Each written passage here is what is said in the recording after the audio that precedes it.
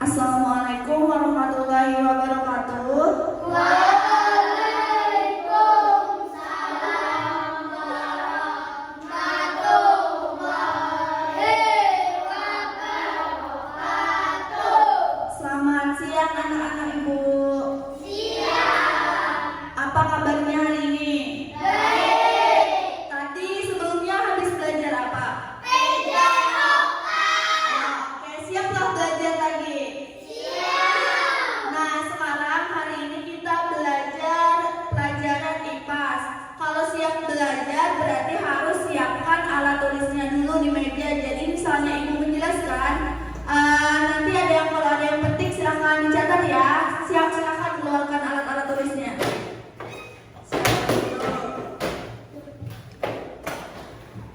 Sudah? Belum kah? Sudah kah? Nah, kalau sudah, ibu mau absen sebelumnya adalah yang ada hadir hari ini. Ibu absen dulu lah supaya ibu ingat nama-namanya. Yang pertama, Alfian Ridani, mana angkat tangannya? Ya, Jana, Laina Azahra, M. Irsyad Maulana, Muhammad Fatih Al-Faleji, Muhammad Hafizullah Al-Fatah, Muhammad Saif Ridho, Muhammad Zainal Fikri, Najwa Hafizah. Oh ya, Nida Khairiyah, Nurlaini Purnama. Oke, berarti hari ini lengkap semua ya. Nah, selanjutnya siapa yang mau membantu ibu untuk memimpin membaca doa satu orang cowok? Siapa yang mau? Siapa? Alfian, oke silakan maju. Bu Hanikam tahu lah yang nyanyi lagu yang tangan ke atas, siapa Hanikam tahu? Kita sambil menyanyi itulah Alfian maju dulu bantu ibu. Jadi kita menyanyi inilah nyari-nyari sebelah tanah. Oke.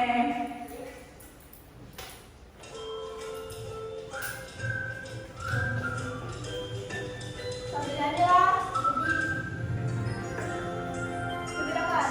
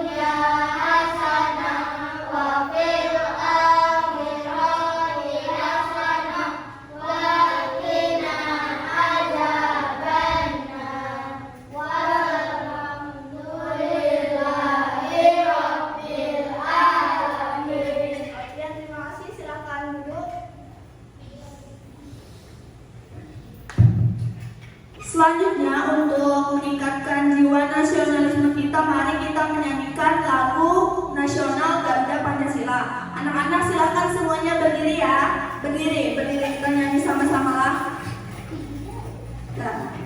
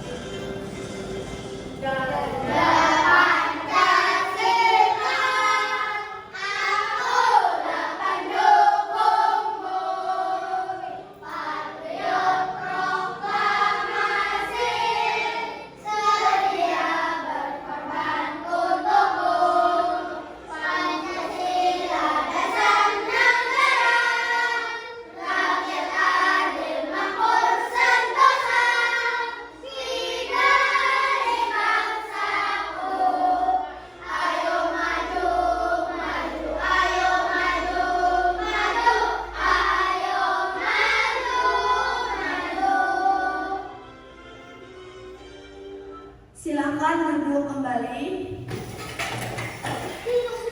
Nah, anak-anak, kemarin kan kita sudah belajar tentang ekosistem dan komponen biotik serta abiotik. Masih ingat kan? Masih? Nah, sekarang sebelum kita masuk ke materi hari ini, Ibu mau bertanya nih, jawablah yang tahu jawab. Bagaimana akibatnya jika tumbuhan di hutan ditebang tanpa pernah kembali? Ada yang tahu lah apa akibatnya? Ada yang tahu apa, Jana? Jika pohon di hutan ditebang tanpa ditanam lagi, hutan bisa gundul, tanah mudah longsor, hewan kehilangan tempat tinggal, dan udara jadi tidak sehat. Nah, berarti, terima kasih Jana, berarti itu tuh buruk kah baik kah misalnya pohon itu ditebang? Nah, selanjutnya, misal nih, sungai di dekat rumah kita itu tercemar limbah. Apa yang terjadi pada makhluk hidup di sekitar sungai itu? Ada yang tahu nggak? Belum ada tahu, Ibu tunjuk. Siapa? Oh, ini apa?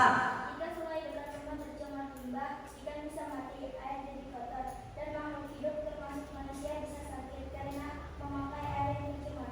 Berarti itu buruk kah baik kah juga? Nah, jadi apa-apa tadi yang Ibu sampaikan, misalnya hutan ditebang, habis itu sungai tercemar, itu berarti pengaruh buruk terhadap kita sendiri. Tahu lah ikan yang sekarang ada banjir di Sumatera? Tahu? Ada bencana alam kok, itu karena apa? Ya karena tadi hutan gundul, habis itu sungai tercemar, banyak orang membuang sampah sembarangan, makanya bisa banjirnya itu. Ibaratnya loh, kita ini merusak alam. Jadi alam itu marah lawan kita, ia menyebabkan bencana, paham loh? Nah, jadi sekarang hari ini kita akan belajar tentang peran manusia, peran kita terhadap keseimbangan ekosistem. Nah, tujuan yang akan kita capai, tujuan pembelajaran yang akan kita capai hari ini, yang pertama itu kita peserta didik bisa mengelompokkan contoh peran manusia yang berdampak positif kah, negatif kah terhadap keseimbangan ekosistem dengan tepat serta disertai alasan yang jelas. Kemudian tujuan pembelajaran yang kedua, peserta didik atau kita itu dapat menganalisis hubungan antara aktivitas manusia dengan gangguan keseimbangan ekosistem dengan menunjukkan sedikitnya dua hubungan sebab atau akibat. Misalnya ada bencana, kita tahu sebab dan akibatnya kenapa. Kemudian tujuan pembelajaran yang terakhir, kita itu dapat mengevaluasi berbagai upaya kita dalam menjaga keseimbangan ekosistem dengan memberikan pendapat dan solusi yang jelas. Jadi kita Ibu nanya, kayak apa terang supaya kita itu bisa menjaga ekosistem di sekitar kita? Tahu lah buatnya ekosistem itu apa? Tahu loh, ekosistem itu yang ada di sekitar kita, kalau misalnya tadi hutan atau sungai, jadi kita harus kita jaga. Nah, selanjutnya Ibu ini menggunakan model PBL. Jadi Ibu akan membagikan bahan ajar untuk kalian yang akan kalian baca bersama teman kelompok kalian lah. Nah, nanti kita menonton video. Sebelum menonton video, pas menonton video itu sambil baca bahan ajar inilah. Nah, Ibu bagikan.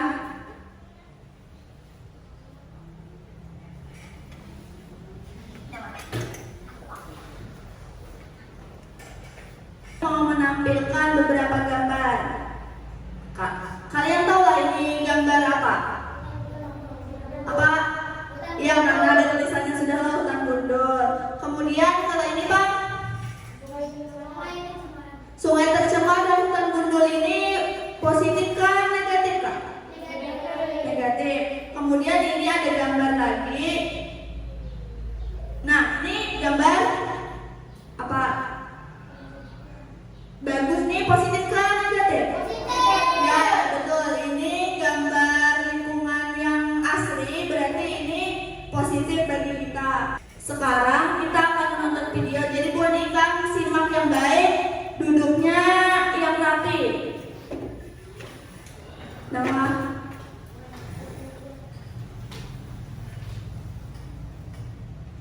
tolong yang berisik lah. Assalamualaikum warahmatullahi wabarakatuh. Halo anak-anak. Ini kita belajar tentang alur kegiatan manusia dan kesehatan ekosistem. Jadi masuk tema 3. Keseimbangan lingkungan dapat terbentuk apabila terjadi keselarasan dan keseimbangan antara komponen biotik dan abiotik. Keseimbangan ekosistem dapat terbentuk karena dua faktor. Yang pertama, faktor alami, dan yang kedua, faktor manusia. Faktor alami yang menyebabkan perubahan keseimbangan lingkungan adalah peristiwa alam. Peristiwa alam yang menimbulkan bencana disebut dengan bencana alam. Bencana alam meliputi letusan gunung berapi, banjir, tanah longsor, kebakaran hutan, badai, dan tsunami. Bencana alam tersebut dapat mengakibatkan terputusnya rantai makanan. Faktor manusia. Beberapa kegiatan manusia biasanya dilakukan untuk memenuhi kebutuhan hidupnya. Nah, kegiatan ini bisa mempengaruhi keseimbangan ekosistem secara langsung. Kegiatan tersebut antara lain yaitu penebangan pohon. Penebangan pohon ini bisa merusak ekosistem hutan dan menghilangkan fungsi tumbuhan sebagai penahan air dan penghasil oksigen. Kemudian yang kedua, pembakaran hutan.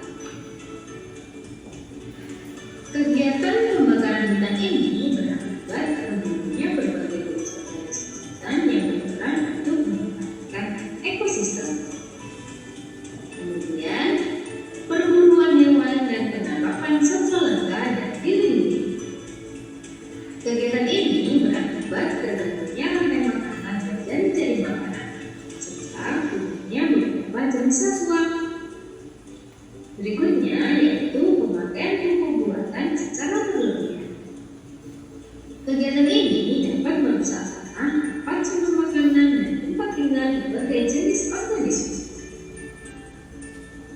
Selain itu, akan membunuh hewan-hewan selain hama yang mempengaruhi keseimbangan ekosistem.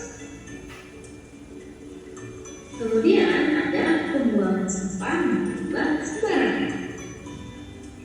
Kegiatan ini mengakibatkan pencemaran lingkungan yang dapat fatal untuk komponen-komponen ekosistem yang ada di dalamnya. Nah, berbagai jenis kegiatan manusia lainnya yaitu bisa mengakibatkan pencemaran air, tanah, dan udara, dapat menyebabkan terganggunya keseimbangan ekosistem. Kira-kira ada yang tahu apa manusia mempunyai andil besar terhadap keseimbangan ekosistem? Karena setiap kegiatan yang dilakukan oleh manusia berpengaruh pada keseimbangan ekosistem. Kegiatan-kegiatan tersebut sudah kita bahas sebelumnya. Itu tadi materi yang bisa Bu Eda sampaikan. Terima kasih, sampai jumpa di pembelajaran selanjutnya. Nah, setelah menonton video dan melihat gambar ini, buat kalian ada pertanyaan nggak terhadap video dan gambar ini? Kalau ada, silahkan catat di buku atau di kertas yang ibu bagikan tadi. Per kelompok aja ada apa-apa. Contoh hal yang positif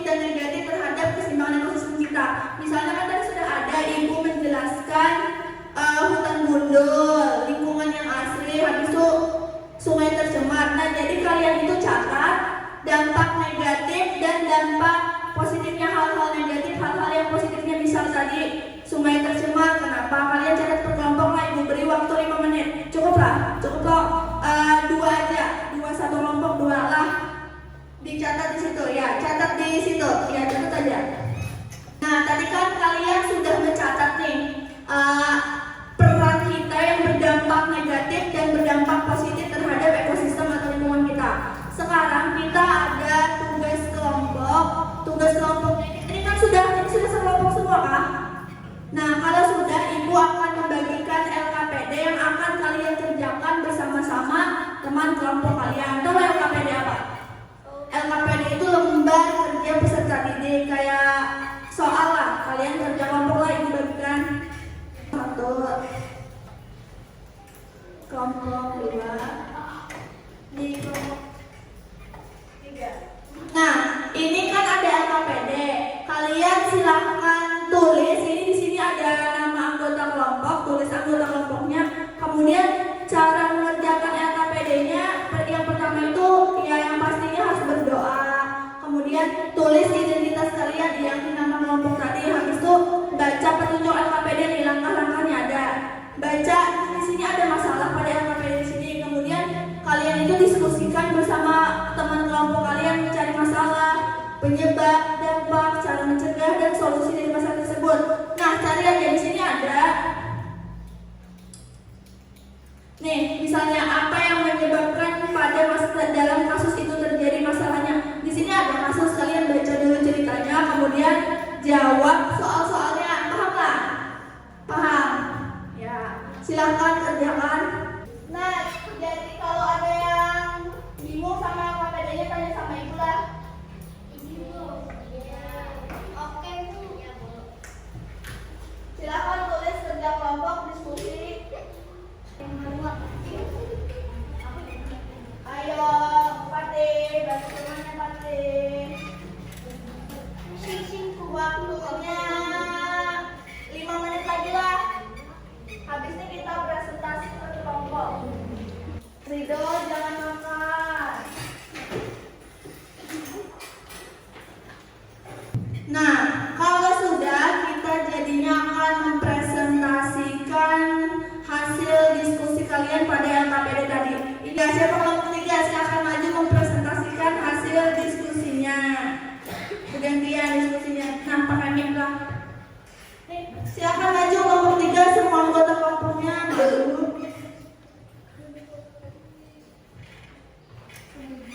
Silahkan, ayo. Supaya kita cepat.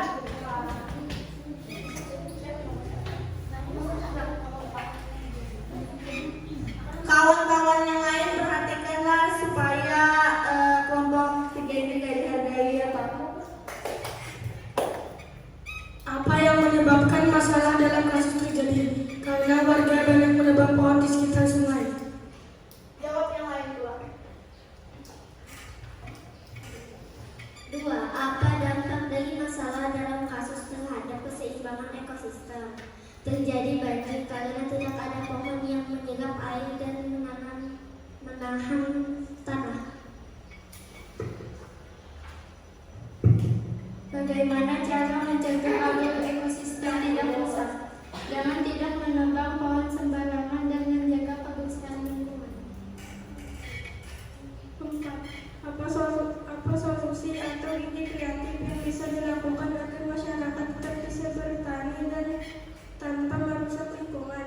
Tuliskan dan buatkan slogan untuk mencegah terjadinya kerusakan ekosistem dengan menanam pohon kembali dan bertani secara ramah lingkungan. Slogan: jaga alam, maka alam akan jaga kita. Terima kasih kelompok 3, silakan tepuk tangan kepada kelompok 3. Kelompok 2 maju. Bawa LKPD tadi.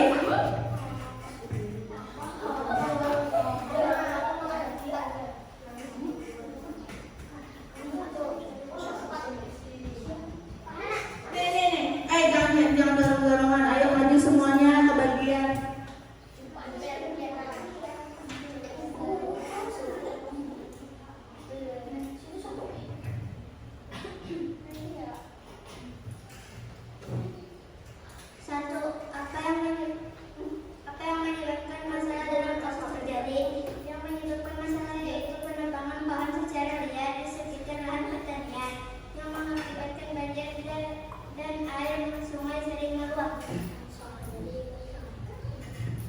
Dua, ambil dampak dari masalah dalam kasus terhadap keseimbangan ekosistem.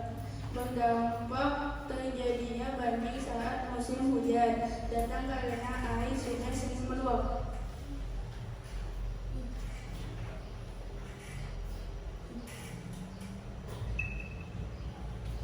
Bagaimana cara mencegah agar ekosistem tidak rusak?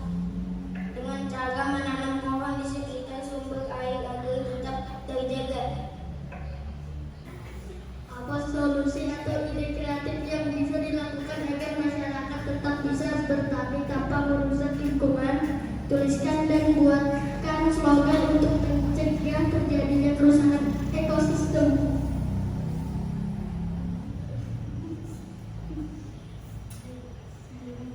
Dengan cara menanam pohon dan menjaga sungai agar tetap baik dan tidak tercemar dari limbah. Slogan, lestarikan alam, lestarikan masa depan. Tepuk tangan pada kelompok 2. Silakan maju kelompok 1. Presentasinya gantian ya.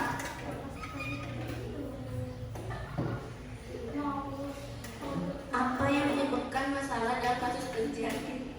Karena hutan di dekat sungai ditebang untuk dijadikan lahan. Apa dampak dari dalam kasus terhadap keseimbangan ekosistem? Sungai mudah meluap Jangan ketawa, jujur. Ini kalau ada presentasi jangan ketawa. dan juga menjadi rusak.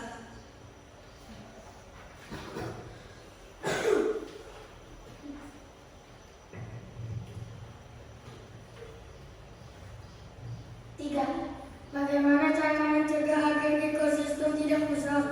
Dengan merawat tumbuhan, menanam pohon, dan tidak merusak hutan. 4. Apa solusi atau ide kreatif yang bisa dilakukan agar masyarakat tetap bisa bertani tanpa merusak lingkungan? Tuliskan dan buatkan slogan untuk mencegah terjadinya kerusakan ekonomi ekosistem.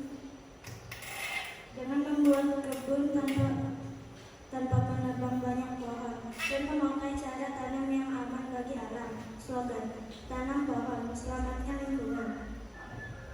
Tepuk tangan pada kelompok 1 yang terakhir. Silakan duduk kelompok 1. Nah,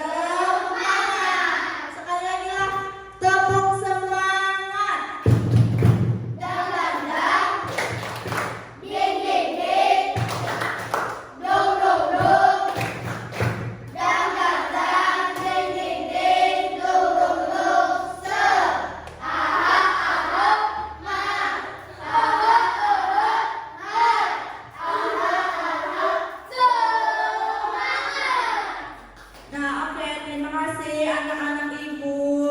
Nah, jadi pembelajaran kita sudah membahas pelajaran itu sudah selesai. Sebelum pulang, mari kita simpulkan pembelajaran pada hari ini. Ada yang mau menyimpulkan kah atau ibu tunjuk kah? Kerusakan lingkungan terjadi karena ulah manusia, tetapi lingkungan bisa tetap seimbang jika kita yang merawatnya dengan menjaga hutan, menjaga kebersihan air, dan tidak merusak alam. Semua makhluk hidup dapat hidup dengan nyaman. Ya, terima kasih Fikri. Tepuk tangan untuk Ridho dan Fikri. Jadi anak-anak, kita itu kan sebagai tanaman, hewan itu kan makhluk hidup juga sama seperti kita. Jadi kita sebagai manusia, kita itu harus menjaga alam kita, termasuk jangan menebang pohon sembarangan, jangan membuang sampah sembarangan. Kita itu harus menjaga, karena kalau kita menjaga, kita itu nanti akan mengambil dampaknya juga. Contohnya kayak yang misalnya kita menjaga pohon, coba misalnya jangan buang sampah sembarangan, kan kadang terjadi banjir. Jadinya kan kita itu kayak pada kebanjiran, aman-aman aja. Coba kalau kita membuang sampah, banjir yang susahnya kan kita juga. Jadi kesimpulannya, kalau kita pada merusak alam, alam itu pada menganu kita juga. Kalau kita merusak alam, alam itu ibaratkan akan membalas ke kita. Paham nggak? Oke. Nah, sekarang ibu mau nanya nih, bagaimana perasaan kalian belajar hari ini? Senangkah atau bosankah atau apa? Ya, kemudian apa yang paling kalian suka dalam pembelajaran hari ini? Misalnya yang